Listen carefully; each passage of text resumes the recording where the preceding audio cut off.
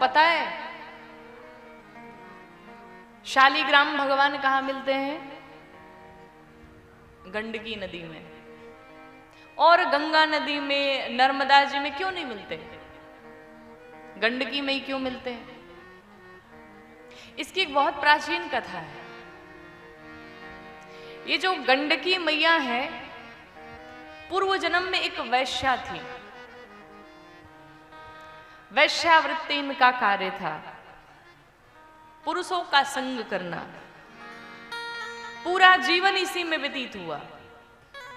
एक दिन उन्हें एक संत दिखाई पड़े, तो संत भगवान से पूछा, कहा प्रभु हमारा तो जीवन वैश्यावृत्ति में चला गया, पूरा जीवन बीत गया, लेकिन हमारे जैसे वैश्याओं का कल्याण कैसे होगा? आप संत हैं, मार्गदर्शन करिए। तो संत भगवान ने कहा, देखो इस कलिकाल में सिर्फ एक ही साधन है, वो है भगवान का नाम जप। तुम भगवान का नाम जप करो।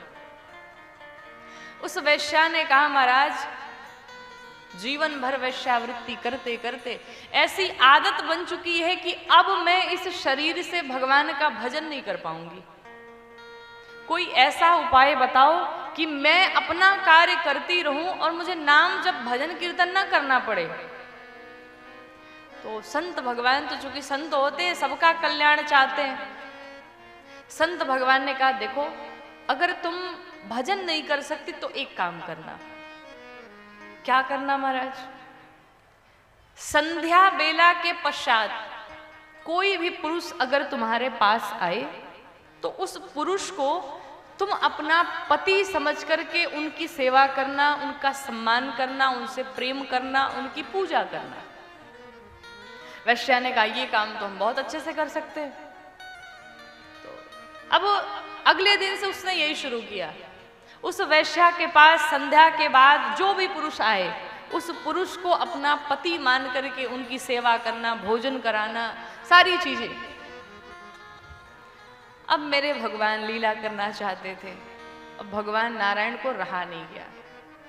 क्यों नहीं रहा गया? क्योंकि वो वैश्या भगवान को पाना चाहती थी।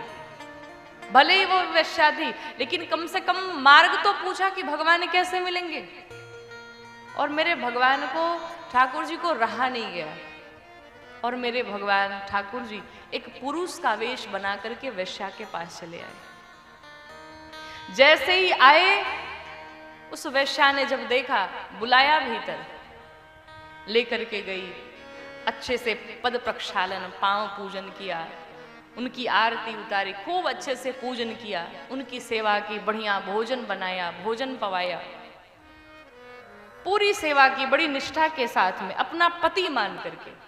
जिस प्रकार एक पत्नी अपने पति की सेवा करे, ठीक उसी प्रकार से उस वैश्या ने भगवान की सेवा की। अब रात्रि में जब शयन करने गए भगवान, तो भगवान ने नाटक किया। नाटक क्या किया? भगवान ने उस वैश्या से कहा, मेरे सिर में बहुत जोर से दर्द हो रहा है, मुझे बड़ी पीड़ा हो रही है। अब वैश्या परेशान हो गई, मेरे पति के सिर में दर्द हो रहा है, मैं क्या करूं? तेल मालिश करना, हाथों से दबाना, उसे जो बन पड़ा उसने किया। और महाराज देखते ही देखते भगवान मर गए। मर क्या गए? मरने का नाटक कर लिया। अब तो जिस प्रकार एक पत्नी अपने पति के लिए रोना शुरू कर दे, विधवा बन जाए, उस प्रकार से उस वैश्या ने भी अपने पूरे श्रृंगार को उतार दिया और भगवान को गोद में लेकर के रोने लगी, चिल्ला चिल्ला करके। जब आसपास के जो पड़ोसी थे, लोगों ने, समाज के लोगों ने देखा, कहा बताओ, अरे ये वैश्या है, वैश्या का भी कोई पति होता है क्या? ये देखो नाटक कर रही है, पति के लिए रो रही है, इसका पति कब से होने लगा? लेकिन उसने बड़ी निष्ठा के साथ भगवान की सेवा की और हृदय से भगवान के लिए वो वैश्या रो रही थी। वैश्या अपने पति के संग में पहुंची, शमशान घाट पे लेकर के गई, चिता सजा लिया और सजाने के पश्चात उस वैश्या ने लोगों से कहा कि कोई भी मुखाग्नि नहीं देगा। लोगों ने पूछा क्यों? कहा मैं अपने स्वयं से अग्नि प्रज्वलित करूंगी। देखिए कितनी शक्ति है निष्ठा में। उस वैश्या ने भगवान को गोद में लिया, सुला लिया, स्वयं भी चिता पर बैठ गई। मैं अपने पति के बिना नहीं रह सकती, मैं उन्हीं के साथ में समर्पित हो जाऊंगी, सती हो जाऊंगी। मेरे पति नहीं तो मैं जी के क्या करूंगी। महाराज उस वैश्या ने बड़े आदर भाव के साथ भगवान को गोद में लिया, चिता सजाई, बैठ गई लेकर के। लोग तमाशा देख रहे हैं, ये वैश्या सती होने चली है। उस वैश्या ने कहा, हे प्रभु, हे गोविंद, हे नारायण, हे दामोदर, हे मुरलीधर, अगर मैंने सच्चे मन से अपने पति की सेवा की हो तो मेरे शरीर से अग्नि प्रज्वलित हो जाए।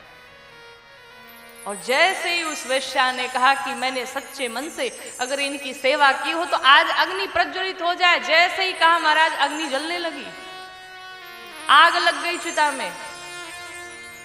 मेरे भगवान नारायण दर्शन कर रहे हैं। अच्छा, भगवान को अभी भी विश्वास नहीं था कि ये वैश्या मेरे लिए जल जाएगी, अपना शरीर जला देगी। भगवान को विश्वास नहीं हुआ। तो भगवान ने सोचा जब इसका शरीर जलेगा, जब इसको पीड़ा होगी तो शायद छोड़ के भाग जाए। लेकिन ऐसा हुआ कि उस वैश्या के शरीर में भी आग लग गई, शरीर जलने लगा। और जैसे ही शरीर जलने लगा वहीं से भगवान नारायण प्रकट हो गए। भगवान ने दर्शन दे दिया। उस वैश्या से मेरे भगवान नारायण ने कहा सुनो, मैं तुम्हारी तपस्या से बहुत प्रसन्न हूं, तुम्हारी निष्ठा से अत्यंत प्रसन्न हूं, मांगो आज तुम्हें वरदान में क्या चाहिए। अब सोचिए उस वैश्या को कितनी प्रसन्नता हुई होगी कि एक साधारण से पुरुष को, जिसे मैं अपना पति मान रही थी, वो कोई और नहीं बल्कि साक्षात नारायण ही मेरे पति बन करके आए।